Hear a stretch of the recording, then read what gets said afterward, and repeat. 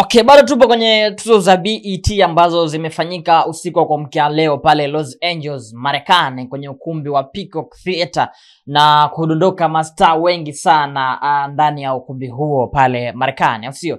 Lakini moja kati ya mtu ambaye amedondoka pale ni rapper mkongwe kabisa kutokea nchini Marekani, Snoop Dogg, ambaye ametunukiwa tuzo ya heshima ilitwayo Ultimate Iconic kwenye tuzo za BET 2025.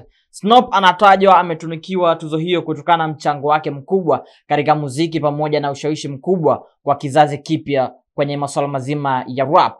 Lakini jambo ambalo limeshangaza pia ni kumuona Snoop Dogg akizua gumzo pia kwenye huo usiku baada ya kuambatana na mke wake Shante na mwigizaji chipukizi kabisa Jonathan Davis. Tukio hilo limezua gumzo kwani mwigizaji Jonathan Davis aliyejizolea maarufu mkubwa kupitia filamu ya Outer Banks amechaguliwa kuigiza kama rapper Snoop Dogg kwenye filamu inayoelezea maisha ya rapper huyo toka akiwa kijana. Hivyo kuonekana wakiwa pamoja ni ishara kwamba Snoop amefurahishwa na taarifa za Jonathan kuvaa uhusika wake kwenye filamu hiyo. Je, wewe ukiwa kama shabiki unaweza drop comment yako hapo chini. Unadhani na sisi kwenye tuzo zetu za kimuziki hapa Bongo tuandae tuzo kama hizi za heshima kwa ajili ya kuenzi mchango wa wakongwe kabisa kwenye muziki, alimradi kuwapa motisha lakini pia kuwapa faraja kile kitu ambacho walichokifanya mpaka muziki wetu kufikia hapa? Unaweza kaachia maoni yako hapo chini. Hii ni Kombe Media, YouTube, Instagram, Facebook, Thread, X tunapatikana hivyo. Endelea kuenjoy.